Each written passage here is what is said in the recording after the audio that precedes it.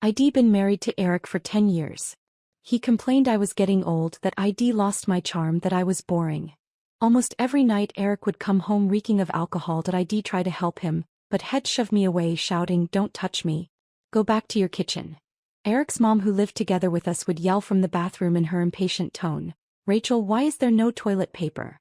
My 7-year-old son Mike tripped over his toy car and fell to the ground, crying and rolling around, all while cursing, "Damn toy car. I'm gonna smash it." I stood there, watching the chaos unfold in my home, and for the first time I felt completely hopeless. Before I left with David, I didn't tell anyone that I was disgusted by my husband, repelled by my son, and had always clashed with my mother-in-law. David was my neighbor, my childhood friend. Just like in novels, I never fell in love with my childhood friend, David. I ended up marrying Eric, a man I met much later. But unlike in novels, this was real life.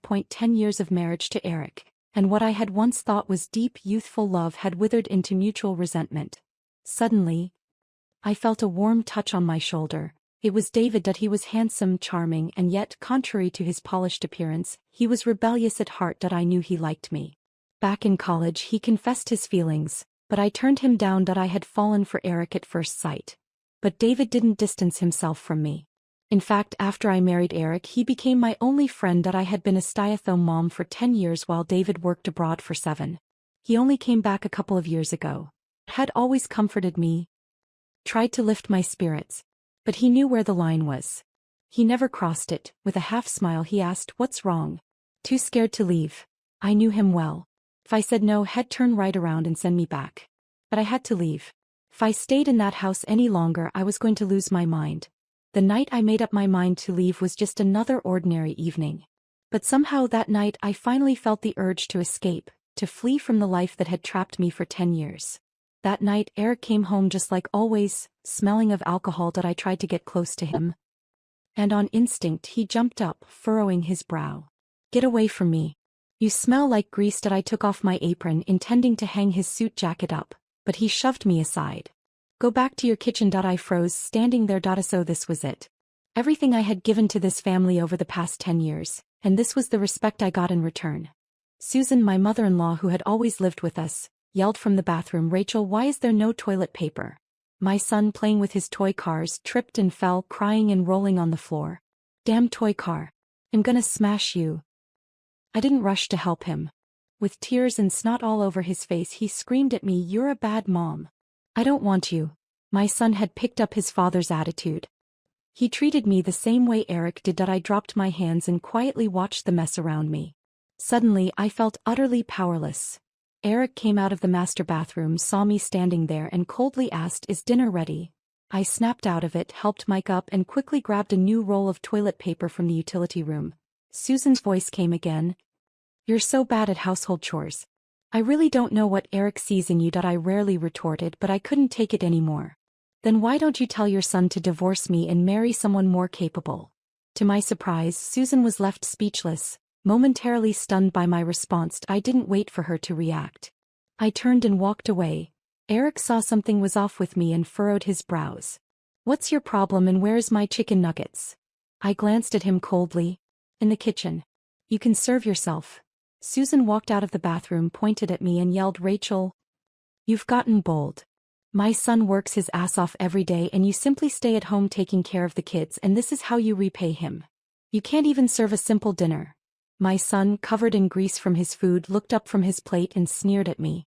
"Mom's always lying around at home and still criticizes me. Why friend's mom looks so pretty. You're just an ugly monster. I want Annie to be my mom. She's so nice and pretty."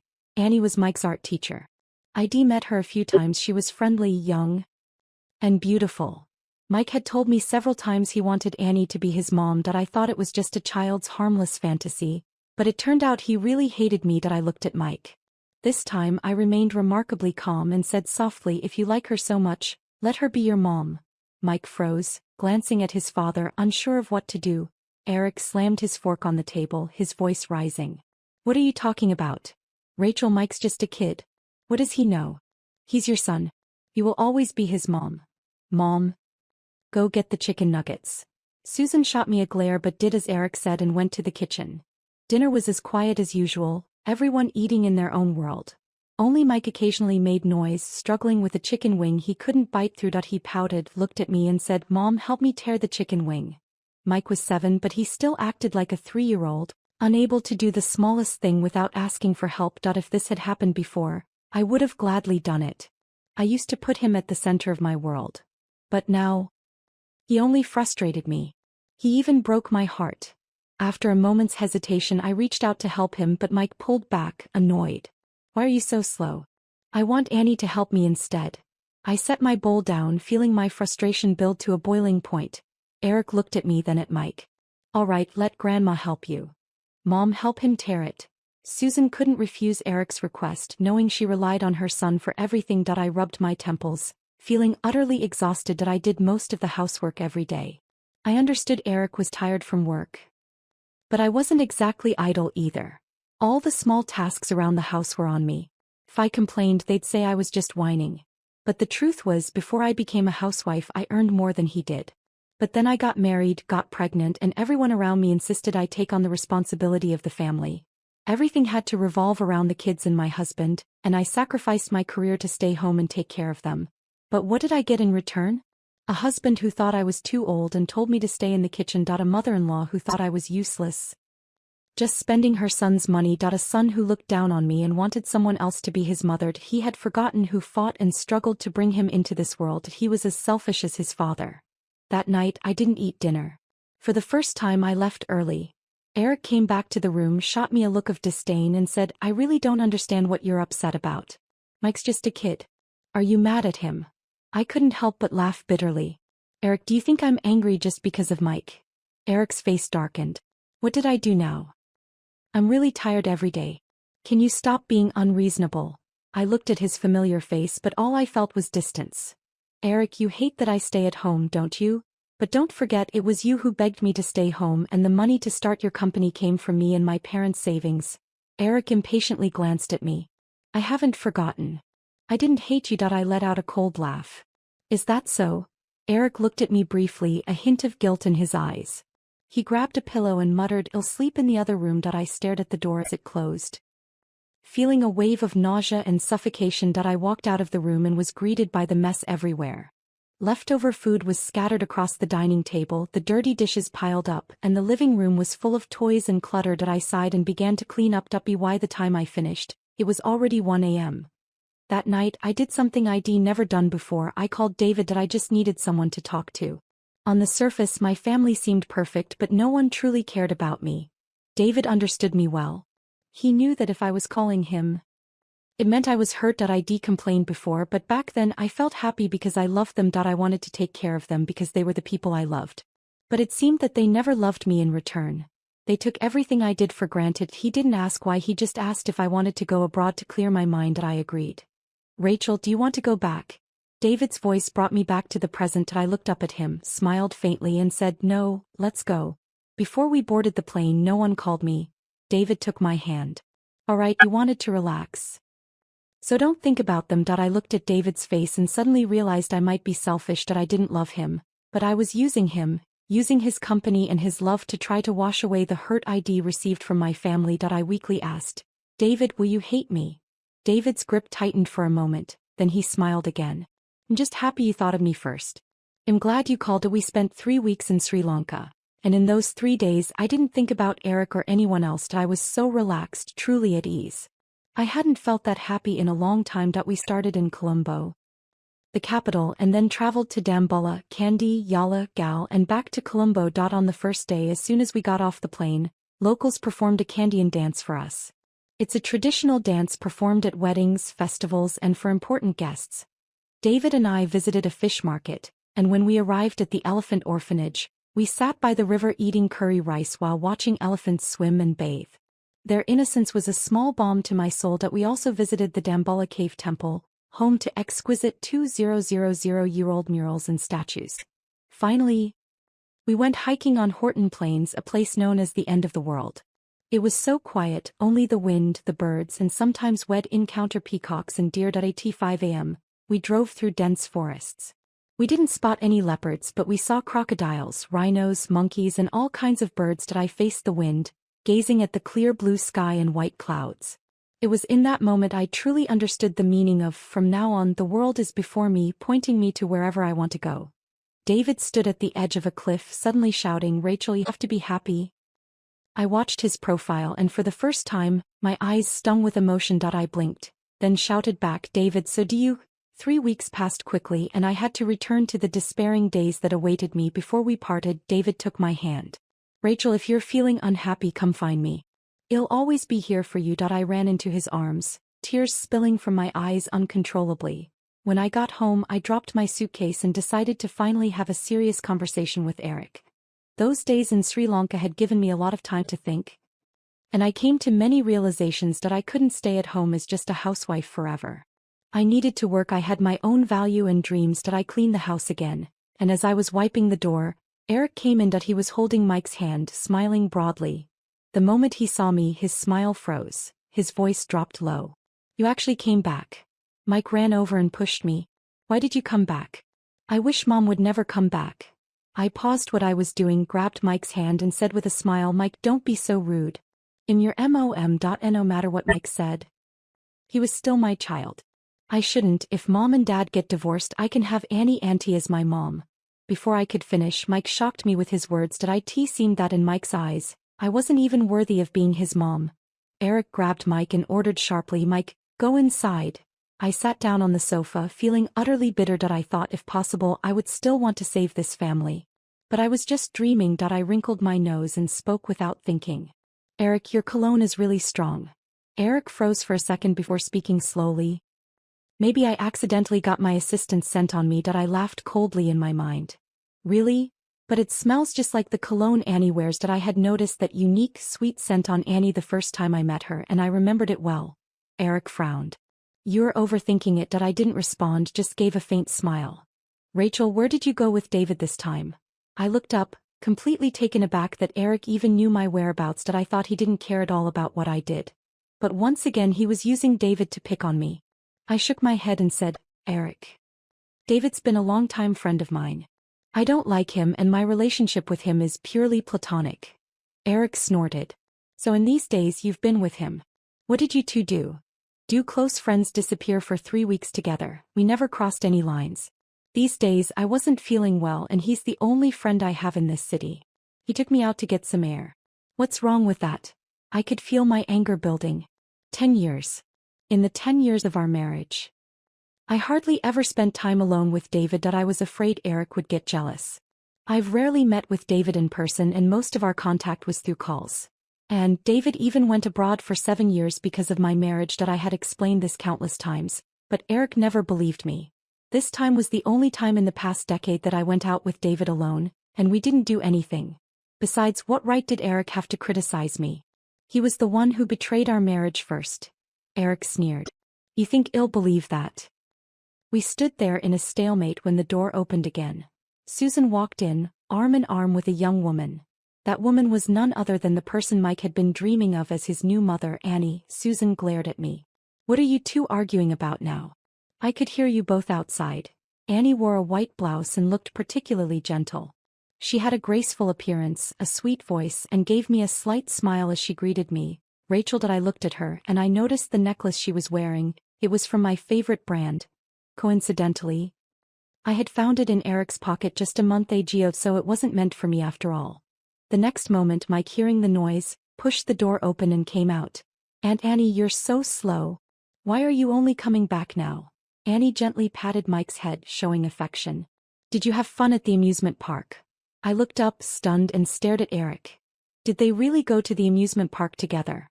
I had wondered why Eric was so bright and cheerful today. Turns out it was because he had met someone he liked. Eric didn't even glance at me. His gaze was entirely focused on Annie. It finally hit me without me realizing. They had become a real family, and I had become the outsider. I didn't say anything else, just grabbed my still-packed suitcase and headed to my room. I was almost relieved that the first thing I did when I got home was clean the house, not unpack my clothes. I couldn't bear to stay here any longer. When Eric saw me dragging my suitcase, he even laughed. "Rachel, what are you throwing another tantrum about? Are you planning to go find David again?" I looked at him. "What's wrong with leaving?" "I won't interrupt your happy family." Annie glanced at Eric, then spoke. Rachel, did you misunderstand something? I snorted. You're wearing a necklace my husband bought. And you say I misunderstood? Eric shouted angrily. Enough, Rachel. I didn't say anything when you went out with another man. What gives you the right to be upset? I stared at Eric in disbelief. So, just because I'm married, I'm not allowed to have any male friends. And what's more, nothing happened between David and me. Why did Eric keep insulting me like this? But now, I didn't want to explain anything to him anymore because no matter what I said he wouldn't believe me. Fine, Eric. If you want it that way, then let's get a divorce. Eric didn't expect me to say the word divorce. His face instantly darkened. After a pause he looked at me coldly. Rachel, don't regret this. I smiled, feeling strangely relieved. I've already scheduled an appointment with a lawyer. We'll meet tomorrow. I glanced at Mike. He was afraid I would take him with me and hid behind Annie. I smiled at him. Mike, don't worry. From now on, I'm no longer your mom. I shifted my gaze to Annie. She looked away, her eyes full of guilt. But honestly, I didn't care about the affair between her and Eric anymore. Annie, congratulations. Susan, seemingly not believing I would actually divorce Eric, said something before closing the door. Eric, don't worry. Rachel won't dare to divorce you. He's just a useless woman. Who would want her? I didn't hear Eric's response, but I was sure he thought I would never go through with it. But this time, I was serious. I grabbed my suitcase and headed for the hotel. I didn't even take off my shoes. I just collapsed onto the bed. For the first time in years, I had a good night's sleep. I didn't have to worry about my son or fear making a mistake that would anger them all. When I woke up, it was already morning. David had called me multiple times. I called him back and the phone connected quickly, but to my surprise it was a child's voice on the other end. Hello, is there something you need with my dad? Wait, my dad? When did David get married? Why hadn't I known? At the cafe. David walked in holding a child's hand. He smiled and asked, Rachel, have you been waiting long? I smiled and looked at them. Not for long. By the way, this is my son Jerry. Jerry, this is Rachel, auntie. Jerry looked about the same age as Mike, but he was much cuter. He was polite, always giving me sweet smiles as if he really liked me. I looked at David, still feeling somewhat confused. But this was David's private matter and I didn't want to ask. However, David spoke up on his own. Rachel, this is my adopted child. I nearly spit out the water I was drinking at his words. You? What? I asked, stunned. David looked at me seriously and then grinned. My dad always hoped I'd have a child, but I didn't want to get married. I coughed twice. But didn't your dad get mad when you adopted a child? Don't worry. Jerry's so lovable that my dad keeps asking me to bring him home. Jerry raised his hand obediently. Rachel, auntie, don't worry, Grandpa likes me a lot. I couldn't help but smile at Jerry. He was so adorable. Just then my phone rang. It was Eric. David glanced at me but didn't say anything. I answered the phone. Is there something you need? Eric _'s voice was a bit raspy. Where's the black tie? In the first drawer on the right side of the closet. I didn't bother masking the coldness in my voice. You called me just for this. There was a long silence before Eric finally spoke again. Wait, where's Mike's water bottle? I furrowed my brow. Eric, enough. You're asking me about a water bottle. His voice grew louder. Rachel, don't forget we're not divorced yet. If I don't ask you, who should I ask? Right? Thanks for the reminder. We're not divorced yet. Eric's tone shifted, oddly more cheerful. Good. As long as you know. I sneered. Oh, I know. I'll see you at the lawyer's office this afternoon. I could almost picture Eric's expression on the other end. His free babysitter was finally running off, and I was sure he was furious. As expected, Eric's voice turned dark again. Rachel, are you serious about divorcing me? Eric, don't forget. You agreed to it yesterday. What about your beloved son? You just don't care anymore. Mike broke my heart. Sometimes I thought I might be better off without him. I replied coldly, I don't want Mike either. He's all yours. Don't worry. I have no regrets. I could hear Eric's heavy breathing before he abruptly hung up the phone. I put my phone back in my bag and looked up to find David and Jerry staring at me intently. I froze for a second, then smiled. What's wrong? Jerry came over and hugged me. Rachel, auntie, don't be sad. He'll be your son from now on, okay? I looked at David, somewhat dazed. David smiled at me. Don't misunderstand, he's just trying to comfort you. I held Jerry in my arms and for some reason I felt tears welling up in my eyes. After Jerry was sent home, David and I walked down the street. He asked, are you really going through with the divorce? I nodded. Yes. And I've already moved out. I don't want anything except for what's entitled to me from the marriage. David stopped walking and turned to me, his expression serious. Did Eric cheat on you? I met his gaze and answered calmly, that doesn't matter, that I just can't live like this anymore. Eric, Mike, Susan, in that house. Almost everyone took my sacrifices for granted. Tears filled my eyes involuntarily. I've forgotten what it was like to be myself. David pulled me into an embrace. Don't worry. I support you. I spent the whole afternoon waiting at the lawyer/'s office, but Eric never showed up. With no choice, I called him again. The moment the phone connected, I spoke first. Eric, where are you? Sorry, Rachel. Eric, still handling work. It was Annie who answered the phone. I paused for a moment, then said, let him pick up the phone. But I just told you he's working. Annie started. But I couldn't hold back my frustration. I said, let him pick up. There was silence on the other end before Eric's impatient voice finally came through. Rachel, are you done with your tantrum? Eric, I've been waiting for you all afternoon. I am not as free as you. The divorce papers will come from my lawyer. I spoke firmly. Tomorrow is the deadline. Eric's voice was laced with anger. Are you that impatient? I'll come to your office tomorrow. Without waiting for a response, I hung up the phone. Back at the hotel, I posted my job search details online. But after being a stay-at-home wife for 10 years, I had only a degree and 2 years of work experience. With such qualifications, almost no company was willing to hire me. However, after persistent effort, one company finally agreed to interview me. The next day I looked at the woman in the mirror, wearing a professional skirt suit, slim figure and a bright smile. After 10 years of being a housewife, I had only worn what was convenient. Tight pants and skirts were beyond my imagination. I used to go makeup-free every day, which made me forget that I wasn't that bad looking after all. Everyone deserves a second chance, and it's never too late. I applied lipstick, then headed out. First I went to Eric's company to pick up the divorce papers, then off to the interview. When I entered the building, Eric's assistant rushed over to me. Rachel, Mr. Smith is away on a business trip. He said. I looked at her thinking, what trick is Eric pulling this time? I asked, what did he say? The assistant nodded slightly. He said the divorce papers are at home, and he wants you to sign them there. What was wrong with Eric? I flagged a cab back to that nightmare of a place. I could hear cheers coming from inside. I rang the doorbell, and it was Susan who answered. She rolled her eyes when she saw me. Aren't you supposed to be divorcing Eric? Why are you back? I smiled lightly. I'm just here to sign the divorce papers. Once inside, I realized Eric had lied to me again. He wasn't on a business trip, he was at home. When he saw me enter, Eric actually gave me a rare smile. Honestly, after 10 years of marriage, Eric still kept in good shape, looking much the same as he did when we were dating. He was handsome in that captivating way. No wonder I fell for him back then. But now his smile didn't stir anything in me. Maybe I really didn't love him anymore. I calmly looked at him. Where are the divorce papers? His expression shifted. He looked annoyed. Mike misses you. At the mention of Mike, who had been playing with toys on the floor, he looked up and said, I don't miss Mom. I like Annie. I wasn't even angry anymore. Fine, if my only child didn't love me. There was nothing left to hold on to. Eric slapped Mike hard and yelled, Mike, go inside.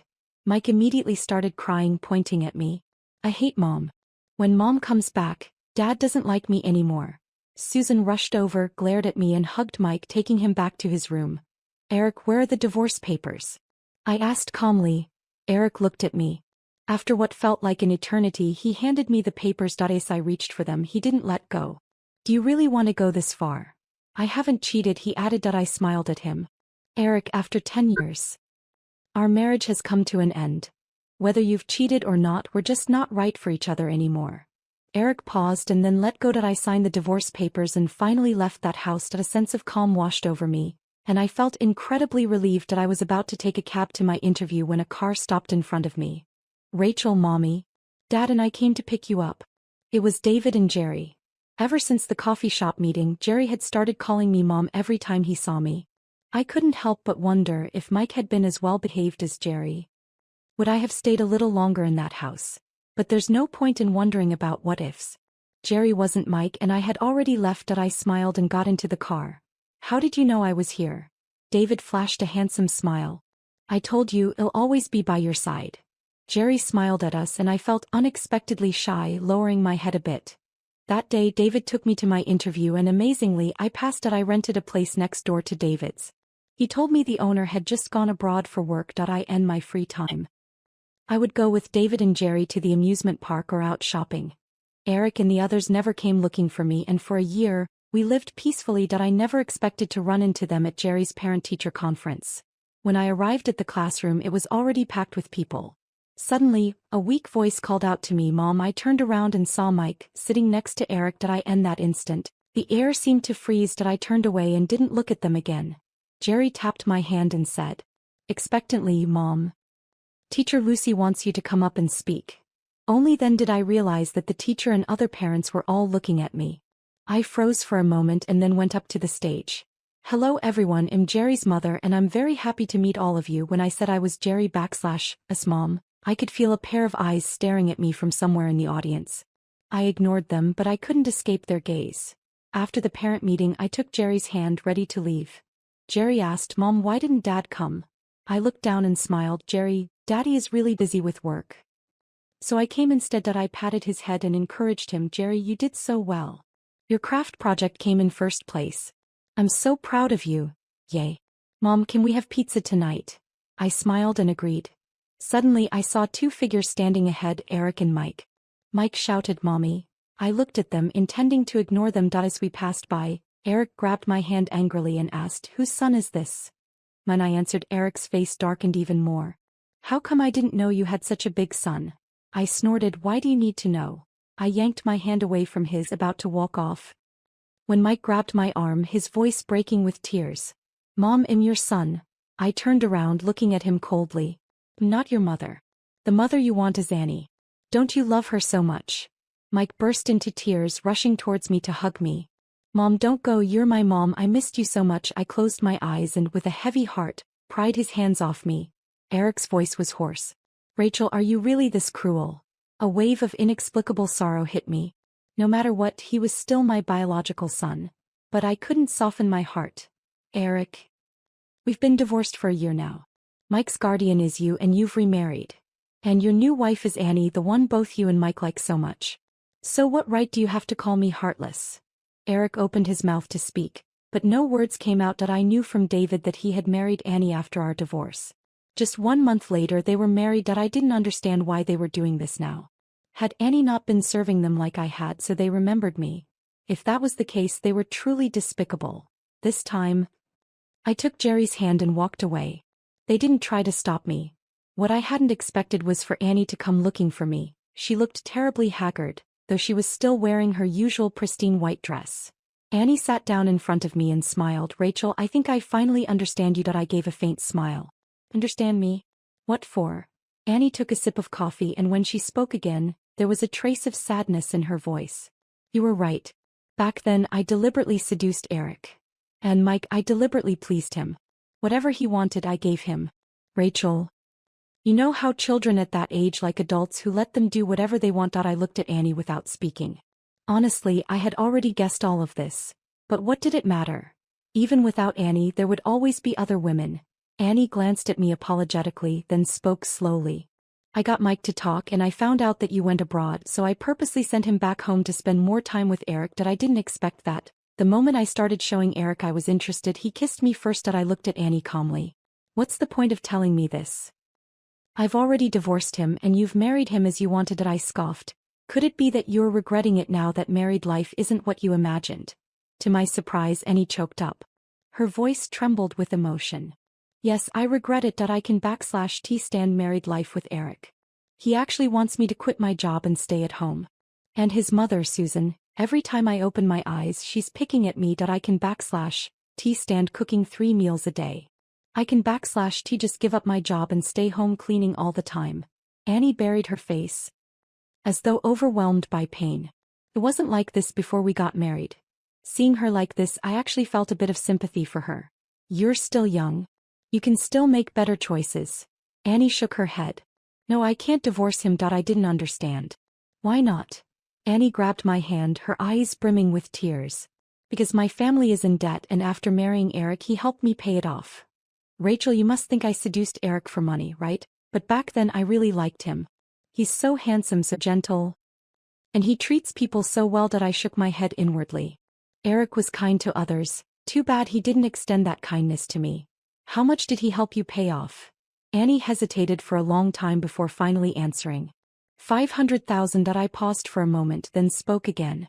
Annie, did he tell you that this money bought your future? Annie shook her head. You're married to him now and he helped you pay off your debts. If there's no contract, you don't have to pay him back. Of course, if you want to repay him, that doesn't mean you can't divorce. I held Annie's hand. Speaking from my own experience. Annie, marriage doesn't mean you've sold your whole life to Eric. Everyone deserves a second chance. When I got home, David was cooking dinner. It smells so good. I slipped into my slippers and ran into the kitchen. David turned around and smiled at me. I'll be ready soon. I didn't know how to describe my relationship with David. Compared to lovers, we were more like extremely close friends. Besides, over the past year, he never once told me he liked me. I lived next door to him, and sometimes I'd come over to eat. Or we'd take care of Jerry together. Jerry called us mom and dad, and I didn't mind. In fact, I felt happy. Compared to being together, I enjoyed this life more. Why does a woman have to get married?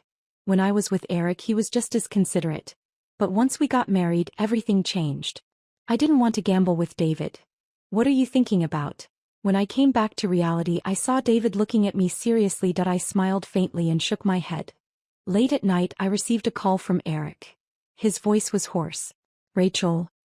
I miss you so much. I was stunned for a moment. Eric, what's wrong with you? I don't know. I just really miss you. And Mike, he misses you too. I responded coldly. Eric, stop calling me. We both need to move on. There was silence on the other end for a long time, so long that I couldn't even hear Eric's breathing. I raised my voice. Eric? Eric. A weak voice came through. I'm here. I sighed, trying to sound normal as I spoke. Please let me go. You might regret it, but I don't. I am happy now, really happy. Can you please stop bothering me? I heard a choked sound. Was Eric crying? All right. I hung up and lay in bed for a long time, unable to sleep. The next day I went to work with dark circles under my eyes. When I got to my desk, Annie sent me a message. Rachel, I've divorced him. I paused for a moment then replied, congratulations. Eric seems to miss you a lot, and Mike, he cries every day asking to see you. When Eric's mom talks about you, Mike rebukes her and tells her not to say those things about you. So Rachel, you really can't. I understood what Annie meant, but unfortunately it was already too late. Annie. You can't fall into the same trap twice. I sent the message and Annie didn't reply. After work I saw Eric standing in front of his car, arms crossed. It seemed like the phone call wasn't enough to make things clear. He wanted to do this facetto face. As soon as he saw me, Eric stood up straight. Rachel, I took a step back. Do you need something? Eric looked at me with a hurt expression, but unfortunately I no longer felt any emotional response to him. After a moment he spoke as though expecting some praise. I've already sent my mom back to her hometown. And I've gotten a divorce. And Mike understands your difficulties now. He won't say anything hurtful anymore. So, will you come back with me? Hearing this I couldn't help but laugh. Eric, are you serious? Do you really think the problems between us can be solved? Eric became agitated and grabbed my hand. Why not? I pulled my hand away forcefully. I don't love you anymore. That's the key issue. Eric shouted, but I love you. Let's not argue whether you love me or not. When I loved you, you didn't love me. Now that you love me, I don't love you anymore. So we're just two parallel lines that will never intersect. We can't be together. I looked at Eric with some pity. Eric, wake up. This is reality, not a novel. I can't just forget the hurt you caused me in the past. Rachel. Mom? I hadn't noticed, but David had brought Jerry with him. At that moment I held Jerry's hand and smiled. Let's go. Eric didn't go crazy again, but I could feel his burning gaze as if he wanted to tear me apart. When we got home, David pulled me onto the balcony. He looked at me seriously, a hint of pain in his eyes as he asked, do you still love Eric? I shook my head and answered firmly, no. David broke into a radiant smile. It's been a year, so I guess you've really forgotten about him. Then Rachel, can you give me a chance? I froze. So all this time had been trying to help me forget Eric. I never thought I'd expect this moment, but it was David after all. I lowered my head and said, if you change, I'll leave. Life isn't about living without love. I just wanted to give myself another chance. David pulled me into his arms. I won't let you regret it. Trust me, okay? I felt like I wanted to cry. But I smiled and said, okay. And just like that we began a life full of hope and beauty.